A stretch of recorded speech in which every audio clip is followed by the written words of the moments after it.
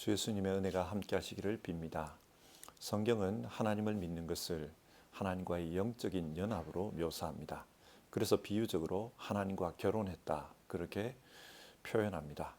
요한계시록을 보면 성도들의 모임인 교회를 어린 양 예수님의 신부라고 일컫습니다. 여기서 우리는 이런 질문을 하게 됩니다. 결혼한 사람은 함께 삽니다. 그러면 하나님과 결혼한 사람은 어떻게 살아야 할까요? 오늘은 성경을 통해 이 문제에 대한 하나님의 말씀을 들어보도록 합시다. 먼저 사도신경으로 우리의 신앙을 고백하겠습니다. 나는 전능하신 아버지 하나님 천지의 창조주를 믿습니다. 나는 그의 유일하신 아들 우리 주 예수 그리스도를 믿습니다. 그는 성령으로 잉태되어 동정녀 마리아에게서 나시고 본디오 빌라도에게 고난을 받아 십자가에 못 박혀 죽으시고 장사된 지 사흘 만에 죽은 자 가운데서 다시 살아나셨으며 하늘에 오르시어 전능하신 아버지 하나님 우편에 앉아 계시다가 거기로부터 살아있는 자와 죽은 자를 심판하러 오십니다. 나는 성령을 믿으며 거룩한 공교회와 성도의 교제와 죄를 용서받는 것과 몸의 부활과 영생을 믿습니다. 아멘. 오늘 살펴보실 성경 본문은 민수기 5장입니다. 5장 전체 말씀 중에서 1절부터 4절까지의 말씀을 읽겠습니다. 주님께서 모세에게 말씀하셨다. 너는 이스라엘 자손에게 악성 피부병 환자와 고름을 흘리는 사람과 죽음에 다 부정을 탄 사람은 모두 지인에서 내보내야 한다고 지시하여라. 남자나 여자나 가릴 것 없이 똑같이 진 바깥으로 내보내어 내가 머물고 있는 진을 더럽히지 않도록 하여라. 이스라엘 자손은 그 말씀대로 그런 사람을 진 바깥으로 내보냈다.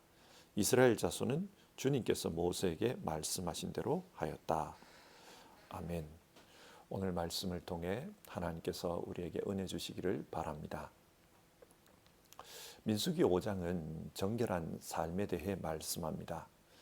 성경을 보시면 1절에서 4절까지 부정이 발생했을 때 어떻게 처리해야 하나 그것에 대해 말씀하고 있고 5절에서 10절 잘못을 저질렀을 때는 어떻게 해야 하나 그것을 말씀합니다.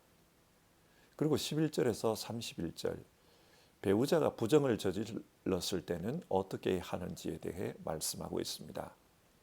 전체적으로 볼 때 민수기 5장은 하나님과 함께 살아가는 백성은 어떻게 정결하게 살아야 하나 그것을 말씀합니다.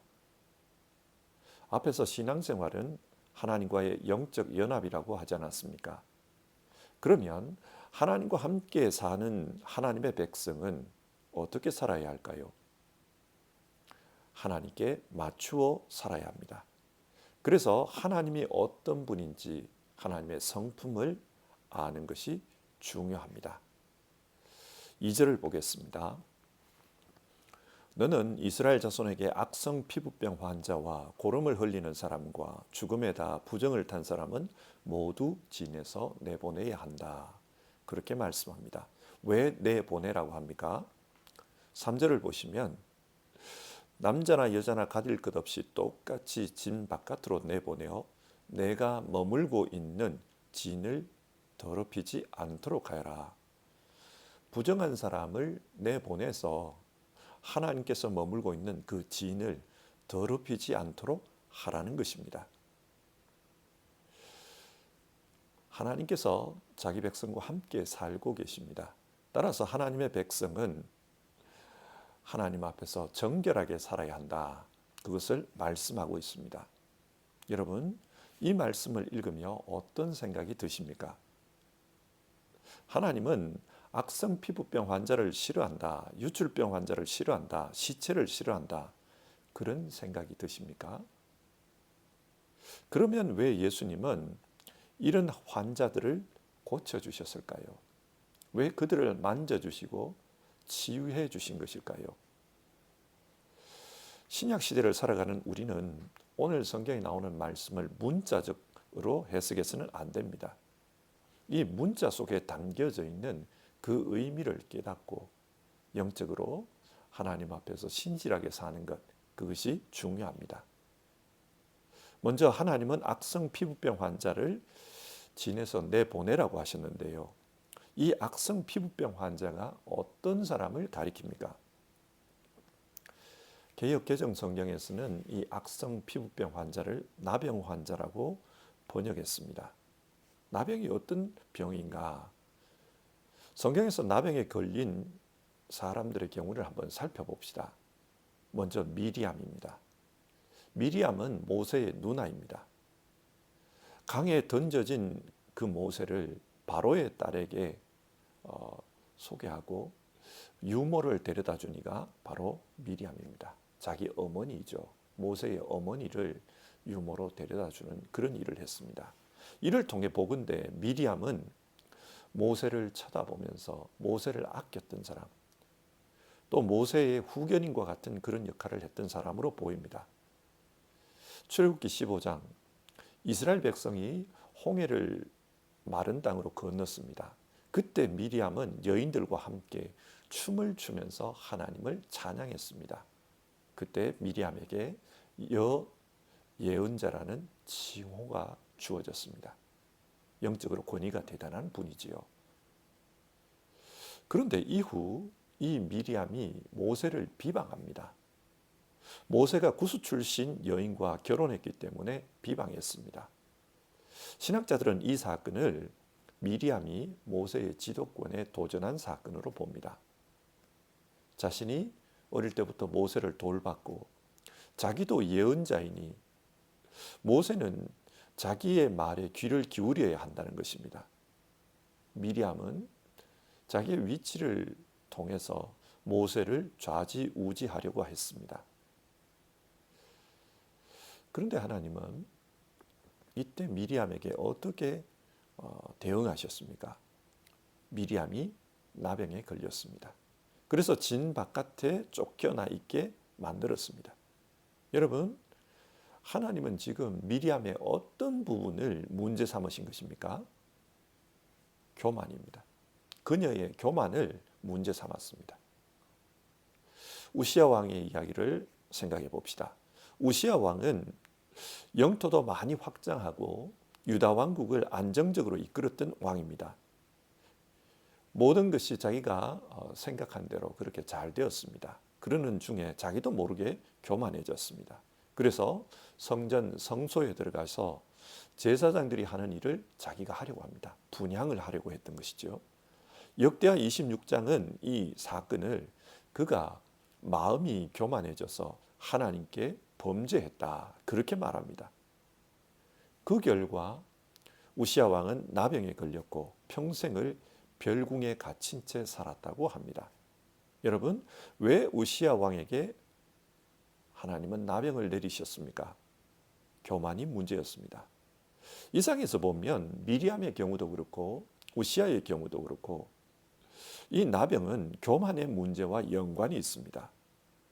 따라서 우리는 이 나병에 걸린 자를 진 바깥으로 내쫓으라 이 말씀을 교만의 문제로 해석하면 좋을 것 같습니다. 하나님은 교만한 자를 싫어하십니다. 교만한 자를 내보내라고 합니다. 그처럼 우리 삶에서 교만을 제거하라는 겁니다. 하나님의 영이 머물고 있는 우리 삶, 하나님의 지인인 우리 삶, 그 우리의 삶에서 교만을 제거하라는 겁니다. 교만이 무엇입니까? 교만은 자기 스스로 자기를 높이는 것입니다. 그래서 하나님의 권위, 하나님의 역사, 하나님의 뜻을 부정합니다. 하나님을 무시하고 자기가 하나님이 되어 자기 뜻대로 살려고 하는 것, 그것이 교만입니다. 이것은 마귀의 속성입니다. 마귀는 자기가 하나님 것처럼 행동합니다. 따라서 교만한 사람은 하나님과 함께 살 수가 없습니다. 우리는 하나님 앞에서 겸손하게 살아야 합니다. 이것이 중요합니다. 본문 5절부터 10절을 보면 자기가 잘못을 했을 때는 그 잘못을 인정하고 고백하라고 합니다. 그리고 그 잘못으로 말미암아 피해를 본 자에게 5분의 1을 더해서 보상해야 한다. 그런 말씀을 하고 있습니다. 우리는 잘못했을 때 겸손히 그것을 인정할 수 있어야 합니다. 그리고 철저히 하나님의 기준에 따라서 살려고 해야 합니다. 하나님은 이것을 원하십니다. 두 번째로 하나님은 고름이 흐르는 자를 진에서 내보내라고 합니다. 고름이 흐르는 자, 유출병에 걸린 자입니다. 여러분, 이 말씀이 우리에게 교훈하는 영적 의미가 무엇일까요? 유출병에 걸리는 이유는 다양하지만 많은 경우 남성들은 잘못된 성생활로 말미암아 이 유출병에 걸렸습니다.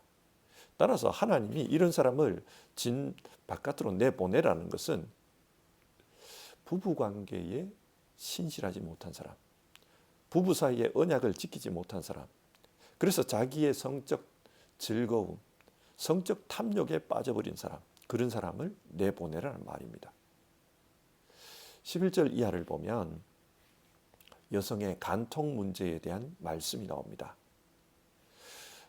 자기 아내의 간통에 대해 심증은 있으나 물증이 없을 때 그때 어떻게 해야 하는지 그것에 대해 가르치는 말씀입니다.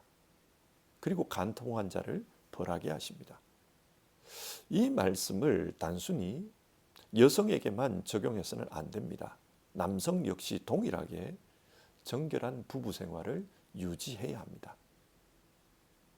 앞에서도 말씀드린 것처럼 하나님은 우리와의 영적 연합을 결혼을 통해 많이 표현하셨습니다.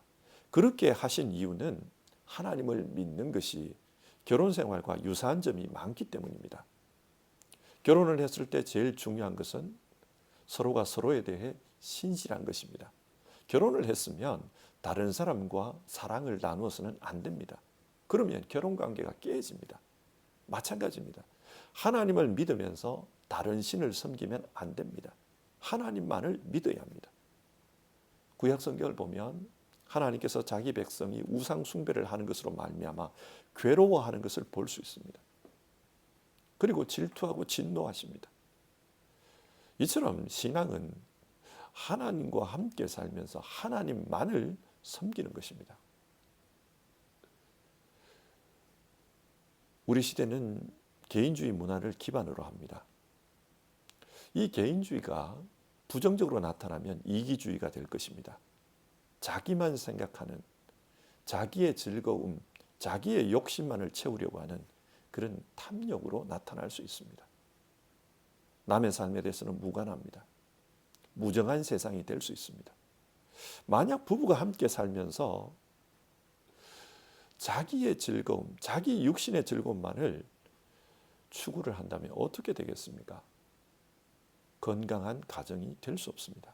그처럼 하나님과의 관계에서도 내 구원, 내 행복, 나의 미래 이런 생각에만 빠져 산다면 그 신앙은 결코 건강할 수가 없습니다.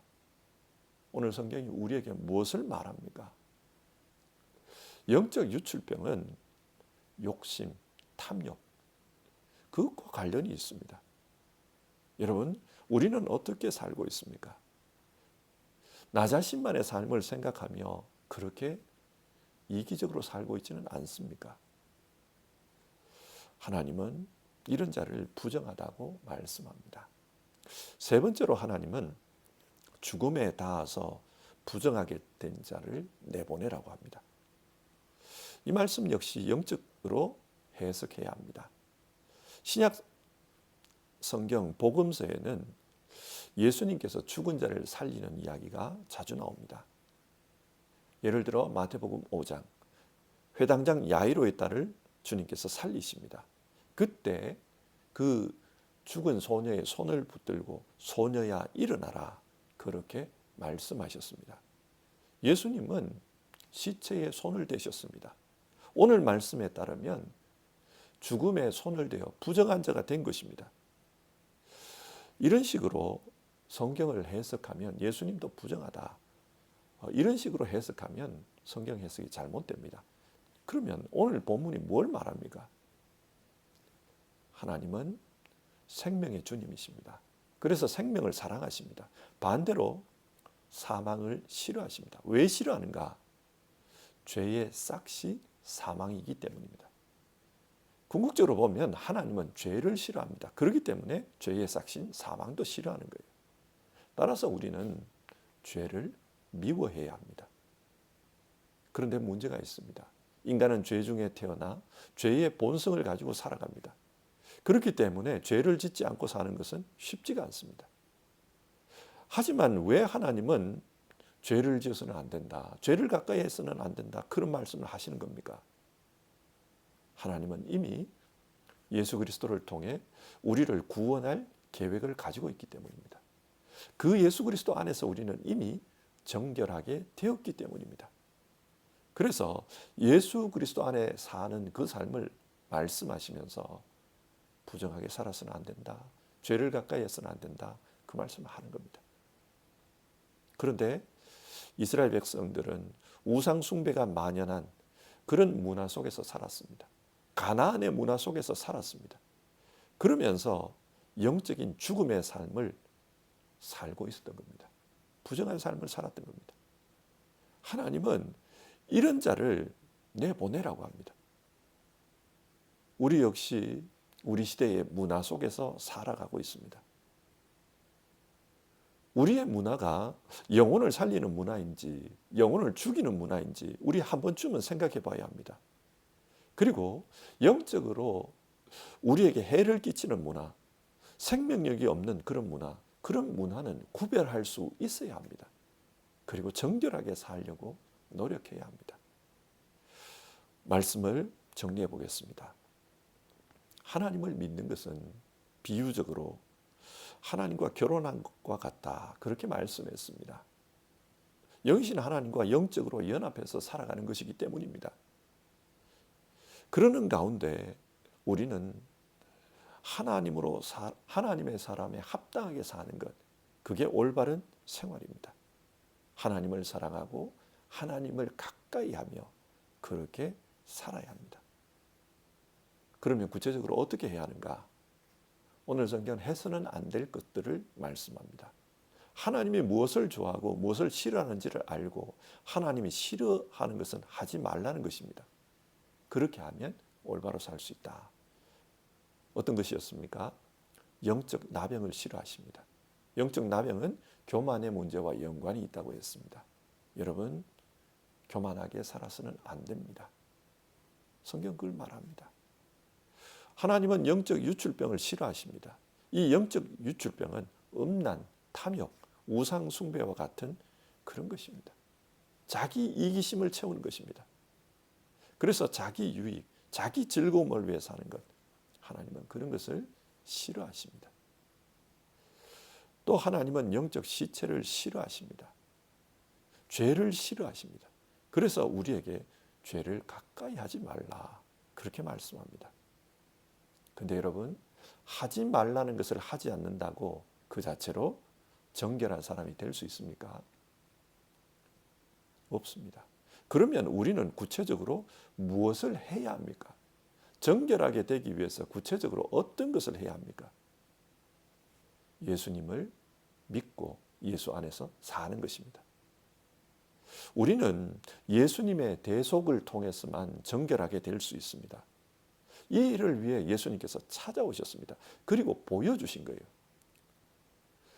주님께서 나병 환자를 찾아가십니다. 그들을 만져주시고 깨끗하게 해주셨습니다. 왜 그들을 찾아가셨을까요? 주님께서 유출병에 걸린 여인을 만나 그녀를 깨끗하게 해주셨습니다. 내 믿음이 너를 구원하였다. 주님께서 구원해 주셨습니다. 왜 그렇게 하셨을까요? 뿐만 아니라 죽은 야이로의 딸, 죽은 나사로를 찾아가서 그들을 살려주십니다. 시체를 가까이 하십니다. 왜 그렇게 하셨을까요? 오늘 성경이 부정하다고 말하는 것을 주님은 기꺼이 하셨습니다. 그렇게 하신 이유는 주님은 그들을 정결케 하시는 분임을 보여주기 위해서입니다. 주님은 그런 방법으로 우리에게 찾아오셨고 우리를 깨끗게 해주셨습니다. 우리는 예수님 안에서 깨끗하게 됩니다. 그리고 주님과 동행하는 가운데 정결한 삶을 살 수 있습니다. 사랑하는 성도 여러분, 우리의 신앙생활은 예수 안에서 예수님과 함께 사는 것임을 기억합시다. 그리고 그렇게 살아갈 때 정결한 인생이 될 수 있습니다. 하나님과 함께 살아가는 그런 하나님의 사람들이 될 수 있습니다. 이것을 생각하고 예수 안에서 살아가는 우리 모두 되기를 바랍니다. 기도하겠습니다. 하나님, 오늘은 정결한 삶에 대해서 말씀을 나누었습니다. 어떻게 살아야 정결하게 사는 것인가? 어떻게 해야 정결하신 하나님을 기쁘게 할 수 있는가? 오늘 그 말씀 나누었습니다. 하나님, 성경은 우리가 하지 말아야 할 것을 말씀했습니다. 교만하지 말라. 신실하게 하나님을 가까이 하라. 죽음의 문화를 가까이 하지 말라. 그런 말씀들을 우리에게 가르쳐 주었습니다. 뿐만 아니라 예수님 안에 있을 때, 또 예수님과 함께 살아갈 때 그때 정결할 수 있다. 그렇게 말씀을 나눴습니다. 주님, 성경이 가르치는 삶을 살아가고 특별히 우리 주님 안에서 주님과 동행하는 그 삶을 사는 우리 모두 되게 하옵소서. 그래서 정말 하나님 앞에서 정결한 자가 되어 하나님과 영적으로 함께 살아가는 하나님의 사람들 다 되게 하옵소서. 우리를 정결케 하시기 위해서 스스로 부정하게 되신 예수님, 그 주님의 은혜를 생각하며 그 주님의 은혜에 응답하며 사는 우리 모두 되게 하옵소서.